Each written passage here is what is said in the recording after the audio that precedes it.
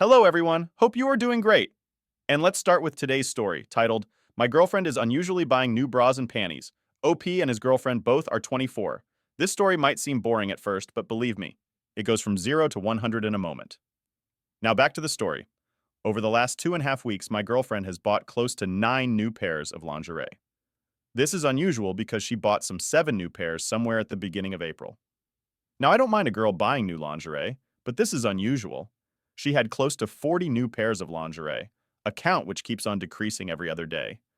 Now I take out trash every given day, and I've observed that she hasn't thrown her old lingerie in trash over the past 1 week, while there's no trace of it anywhere in our apartment. And yet she is missing 4 to 5 pairs from our common closet. She seems to act pretty normal. There's no dent in her daily routine. But it boggles me why she's on this lingerie shopping spree. It's not like she is amassing a stockpile of lingerie. Her lingerie count is somewhat unchanged from the time before this madness. I couldn't find trace of her old lingerie. Am I being paranoid? Am I missing something here feminine that's otherwise normal? Should I ask her anything about it? She might be selling them. There's a good chance. And now, to the update. All right, I chatted with her while driving. I started off by asking her directly as you guys suggested. She said something like she hasn't been feeling good about her underwear fitting, old and new, while at work. So she has taken a new vow. If she finds any underwear incredibly uncomfortable, she will throw it off immediately. I asked her I haven't noticed any in our trash, maintaining my casual tone, and she said since we spend most of our daytime at work, she disposes it off in her workplace bin and carries a pair of change underwear, like most women do. I even said to her jokingly, "Oh, I was worried you were selling your undies on eBay or something," just to get some kind of an answer, and she used my remark. Do women do that at work, or get rid of their old undies when they find it uncomfortable like this? I could really use your insight on this. To be honest, we moved together at the beginning of this year, and this is the first time I've moved in with a girl in a relationship. I don't know what else I could do since she has made it clear she drops it off in work trash and has shown no intention of fetish to sell it online. But overall, I tried to make this conversation as just out of curiosity as I could. And now to the second update. I have been glued to my phone all morning, except driving back home. It took me a lot of self-convincing to gather clues for a possibility that my girlfriend might be selling it online. Back at home, we have a place to archive open mails, receipts, bills, and other important documents, except for our social and other personal items. There were 6 receipts in total, 2 from Victoria's Secret and 3 from Target and 1 from Macy's. Against my rough counting, she had amassed some 28, 30 pairs of new lingerie, including the one at the beginning of April. 2 of these receipts had Karen's name on it, my girlfriend's elder sister. I believe Karen has some kind of rewards card from Victoria's Secret. That itself accounts for 40% of her new purchases. Till now, I thought she had probably purchased 15 pairs, give or take. I don't want to invade her privacy by sneaking her bank statements, because that would be a bit over the line. I cannot believe that she spent $1,100+ on lingerie over the past 45 days. That by itself is so effing unusual. It's also odd that she hasn't paid using our red card at Target. We have Target app on our phones. I'm calling my brother over to get some clarity. I don't know if it would be right to log into her laptop and see her browsing history to confirm if she's selling her underwear online. I'm just numbed at the moment. She spent more than $1,100 on lingerie? And now to the moment you have been waiting for. You know you have one of those days when all the hell breaks loose, and this was one for me. I skipped lunch break, phone call in hopes I can talk to my girlfriend when she gets back home. Spoke to Karen and her mom in the meantime to ensure if she isn't in some kind of financial mess or other kind of trouble. But it takes one effing truth to destroy it all. You guys, my girlfriend saw this post at work and she immediately knew it was me posting it here. I didn't realize this, leaving the rest of her day off. Some 4 hours ago, my girlfriend confessed that she was sleeping with some guy she met at her work gym since the beginning of March. F me. She met this guy at her work gym some 8 months ago. This guy is not even from her workplace. He works at this other startup in a different building of this corporate park. She said things got all heated up late February after one afternoon. I effing thought she stopped going to gym owing to her hectic schedule after her promotion late November. But there she was, going to the gym all along. From the day she started sleeping with this guy, she told her coworkers she has switched gyms across the street. I haven't even cared to ask where they did it.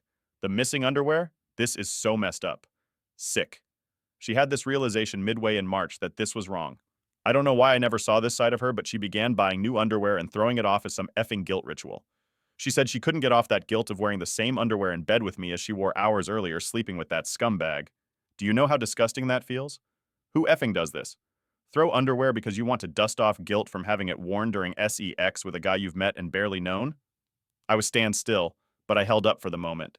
She says she was confused and that she has backed away from this guy's advances for the past 1 week. I don't believe any word of it. In fact, I don't think I want to believe what she said. Also, the tossing her underwear at workplace was an excuse. Yes, because back then I was driving and she didn't know how to react or what to say, so she made that excuse up. And here I was worrying the whole day about what it could be. I later called Karen because we were both emotionally drained. I didn't even wait a bit after she arrived. Even Karen was shocked by the ramble. She later called me because I had already left them in our apartment. It took me a while to get my thinking right and call my brother. I'll be crashing at his house for now. Honestly, I don't even want to see her face ever. How can someone lie so perfectly?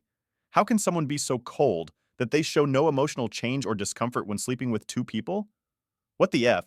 She slept with me hours after she slept with that idiot. And throwing underwear was her means to get over that guilt. I don't understand her anymore. When she said it was all carnal, I didn't even know she believed in the notion of sleeping around with people for physical needs. She said she still loves me, and this was just something that made her feel good. I don't even know what to interpret of that. Honestly, I think my thoughts are all over the place. But thank you. Funny how she feels guilty for wearing the same underwear but not for cheating. And now to the final update. I have taken sick leave today. I just wanted to say a huge thanks to the people who have commented on my post from yesterday. I was able to get some sleep. Yes, I'm at my brother's place while she is staying with Karen, who is her sister, by the way. Karen reached out to me late last night and asked if we could meet early in the morning at a coffee shop and chat. So I did. We talked a lot about what happened yesterday. Since she partly confided in Karen about why she did what she did, here are some key takeaways. She doesn't know why she began sleeping with this guy in the first place. It just happened. She feels terribly sorry for what she did to me and hopes we can work things out. She has already broken up with that guy a week ago. She felt it was wrong, and there's no excuse for it. She asked Karen to buy stuff from Victoria's Secret using Karen's credit card because she felt it would be awkward to explain it to me if we were to review her finances. We used to do that together to cut her expenses and pay up aggressively towards her student loans. She claimed that sex with this guy was completely carnal and that there were no feelings or affection involved. She said she got lured by this because her new responsibilities were way too overwhelming for her. But again, she maintained that she didn't know why she started sleeping with this guy in the first place. I don't think I want to know who this guy is or whether it was him or her who made the first move. Thinking about it is so effing depressive. I should have noticed how she was able to maintain her body in spite of quitting the gym late last year. That being said, I still don't understand what must have made her impulsively sleep with that guy and jeopardize our relationship in the first place. I think I'm going to eventually weigh in on those reasons before I decide as to what to do next. I have been trying to assess if I could have picked up any cues that are otherwise typical to a cheater. And it's so strange that she hadn't had any of those characteristics. I mean, the fact that she confessed she was able to convince her coworkers that she goes to a gym across the street instead of using the free gym at her workplace by itself is so infuriating. I don't think I would have ever doubted her cheating on me, because you don't see those cliched staying late after work or texting someone constantly symptoms when she was around at home. I think if I try to understand what made her get in bed with this guy, I'll just get myself deeper down the rabbit hole. Karen also said that she couldn't truly understand what was going on in her head when she decided to have this fling with a completely unknown guy and put our relationship at stake. Though Karen did make a full disclosure that my girlfriend once cheated on a guy as a teenager back in high school and things turned out ugly back then. I was a bit surprised since I didn't know this before. We both knew our relationship and or dating history midway in our relationship, but not this. That was quite a long time ago. And by the way, Karen is a sweet lady. She even wrote each of us a letter before we guys moved in together. This is so ironic. Little did I know that our life would be one of those relationship questions, to be a topic for small talk amongst other Redditors or couples here online. Nonetheless, I truly appreciated your responses. I would have dragged this thing for days or even weeks, getting more and more worried and obsessed about my girlfriend's behavior. See, when you move in together, no one ever tells you what boundaries to set and what things to avoid.